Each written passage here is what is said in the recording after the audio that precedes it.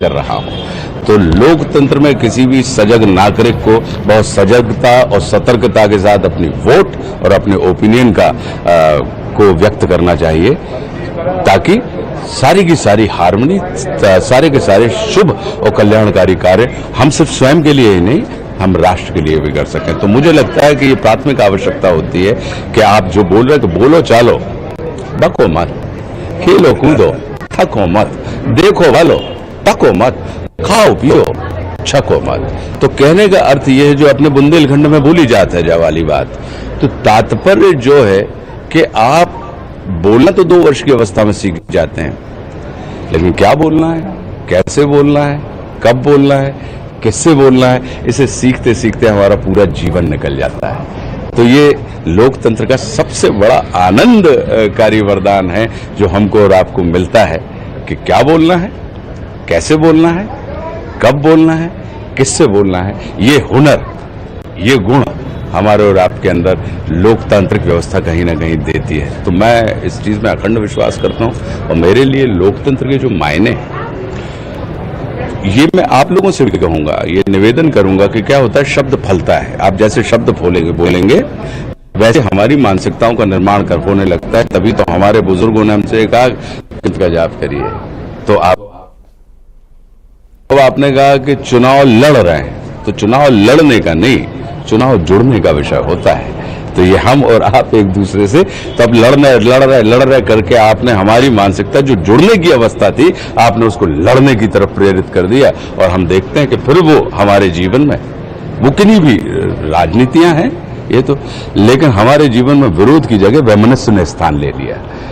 तो जो विरोध व्यक्तियों से नहीं, विचारों के प्रति होता है, और वैमनस्य व्यक्तियों से होता है। और राजनीति या लोकतंत्र जो है वो व्यक्ति का नहीं, वो विचारों का एक केंद्र होता है। तो मुझे लगता है कि इस चीज में थोड़ा सा, चूंकि आप चौथे स्तंभ हैं और आपके ही माध्यम से लोगों की बात, लोगों तक वो तमाम विचार पहुंचते हैं, तो इसमें आपकी महती भूमिका। अब हमारे हाथ में क्या, अगर हमें माइक मिल गया है तो अब हमारे ऊपर ये निर्भर करता है कि या तो हम आपको जोड़ने वाली बात कर दें या हम आपको तोड़ने वाली बात कर दें। तो कहने का मतलब यही है कि मनुष्य ही मनुष्य को मारता उतारता, मनुष्य ही मनुष्य को संवारता बिगाड़ता, मनुष्य ही मनुष्य का शत्रु और मित्र है, मनुष्य ही मनुष्य का इष्ट और अनिष्ट है, मनुष्य ही मनुष्य से दूर है पास है, और मनुष्य ही मनुष्य से प्रसन्न है उदास है। तो बात तो कहीं ना कहीं जो है किसी भी व्यवस्था की, तो हमारी और आपकी अवस्था ही व्यवस्था के निर्माण और चीजों के निर्मिति का कारण होती है। तो अगर हम अपनी अवस्था ठीक रखेंगे तो व्यवस्था अपने आप ठीक हो जाएगी। बेहद व्यस्तता वाली लाइफ है, कहीं अभिनेता का रोल भी है, कहीं रोल नहीं है, अभिनेता मेरा व्यवसाय है आशीष, ये मेरा व्यवसाय है। और व्यक्ति के रूप में मैं एक अलग व्यक्ति हूँ, और व्यवसाय जैसे अब आपका व्यवसाय, आपको इससे जीविकोपार्जन हो रहा है। किससे? कि खबरों को यहां से वहां तक, व्यक्ति से समाज तक पहुंचाने की ये जीविकोपार्जन। तो ऐसे ही अभिनय हमारा जीविकोपार्जन का साधन है। के बाद बॉम्बे से यहाँ तक आ पाना, और आज हम देख रहे हैं पूरे देश में या प्रदेश में कहीं ना कहीं वोटिंग का परसेंटेज गिर रहा है, तो क्या संदेश उन लोगों के लिए होगा जो घर बैठे हैं या अपने वोट का जो मूल्य कह रहे हैं आप समझना चाहिए? मेरा अपना ये मानना है कि जितना आवश्यक आपके लिए भोजन होता है, जितनी आवश्यक आपके लिए नींद होती है, आपके उत्तम कल्याणकारी स्वास्थ्य के लिए, उतनी ही आवश्यक आपके लिए वोटिंग है।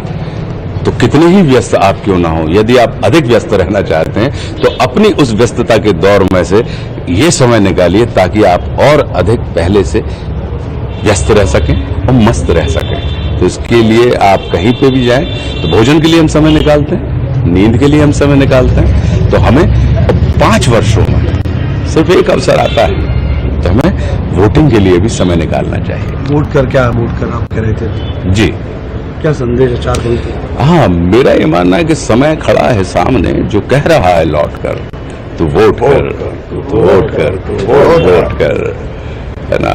ये मूल मंत्र तंत्र का, ये मंत्र लोकतंत्र का, तू देश हित में वोट कर, तू वोट कर, वोट कर, तू वोट कर।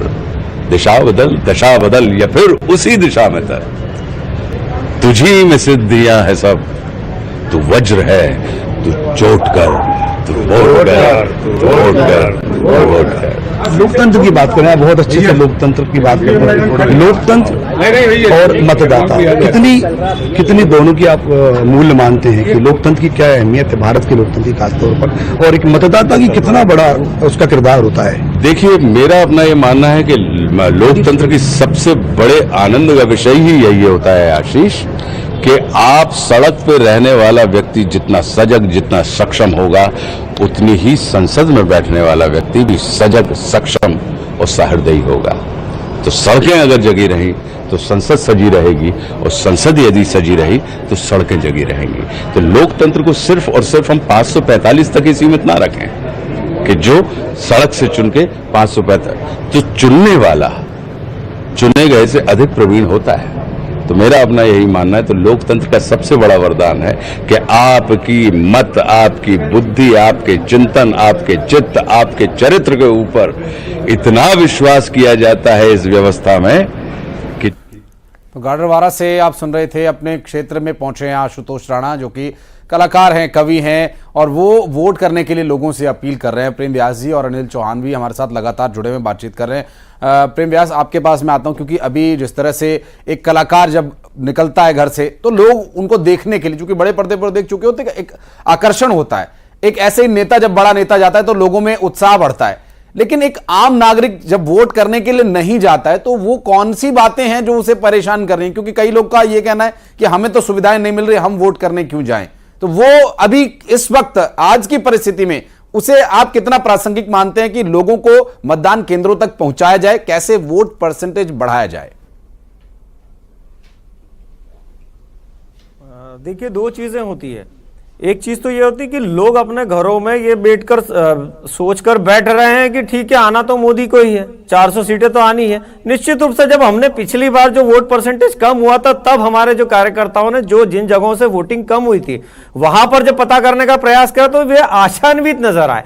और मैं पुनः आपसे प्रेम जी, ये बात आप जिम्मेदारी से कह रहे हैं, बाद में आप एक नेता का नाम लेके कह रहे हैं कि उनको आना है, इसलिए लोग आश्वस्त हैं, इसलिए लोग घरों से नहीं निकल रहे हैं, ये बात आप जिम्मेदारी से कह रहे हैं? देखिए, कांग्रेस संबंधित कुछ इलाके थे जहां से वोट परसेंटेज गिरा, चूंकि हम धरातल पे कार्य करते हैं, और उन लोगों में जो समस्या आई वो ये थी कि उनका कहना था, तो निश्चित रूप से हमारे कार्यकर्ताओं ने उनसे भी प्रयास करा कि लोकतंत्र को जीवित रखने के लिए आप जिसको भी चाहते हैं, जिसको भी वोट देना चाहते हैं, जो विकास कर सकता है, निश्चित रूप से आप निकल कर वोट करिए। और उसी का असर अभी जो अभी लगभग 6-7 सीटों पर जो चुनाव होगा, निश्चित रूप से उन क्षेत्रों में भी कार्य किया गया है जो लंबे समय से कांग्रेस समर्थित क्षेत्र थे। उन क्षेत्रों में भी हमारे कार्यकर्ताओं ने जाकर निवेदन, प्रतिवेदन, आवेदन, उसके बाद में इत्तेफाक रखते हैं आप प्रेम व्यास जी की बात से? कार्य किया, ये कह रहे हैं कि लोग आश्वस्त हैं कि आएगी मोदी सरकार, इसलिए शायद इसलिए भी लोग थोड़ा सा आश्वस्त नजर आ रहे हैं और वोट करने नहीं जा रहे हैं। और देखिए, मैं इस टिप्पणी को बहुत गंभीर टिप्पणी मानता हूं, अच्छी टिप्पणी नहीं मानता। मेरा यह मानना है कि कोई भी आए, कोई भी जाए, लोकतंत्र में मतदान बहुत आवश्यक परंपरा है और ये होनी चाहिए। अगर ये कहकर और ये जिस तरह से अंधभक्ति का प्रदर्शन कर रहे हैं, ये उचित नहीं है। दूसरी बात देखिए, आज देश में जिस तरह का वातावरण है, जिस तरह की परिस्थितियां हैं, चाहे शिवसेना हो, राजद, मैं अनिल चौहान आपके पास आऊंगा। अभी मुझे तस्वीर में दिखाई दे रहे हैं भूपेश बघेल। रेनू, ये राजनांद गांव से तस्वीर, जहां पर ये लोकसभा चुनाव में प्रत्याशी और अभी अपने मतदान केंद्र पर गए हैं या किसी बूथ पर विजिट करने गए, ये क्या कुछ कह रहे हैं, सुन बातें आपको। क्या उम्मीदें हैं और क्या कहना चाहेंगे?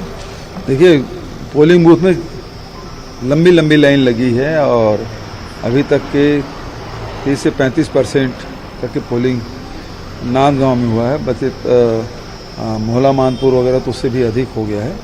तो ज़बरदस्त उत्साह है लोगों में। आज शादी ब्याह भी है और गर्मी भी है, इस कारण से सुबह से ही लोग जल्दी निकल गए। लंबी लंबी लाइन सभी पोलिंग बूथों में है। क्या कहेंगे लोगों को आज कि वोटिंग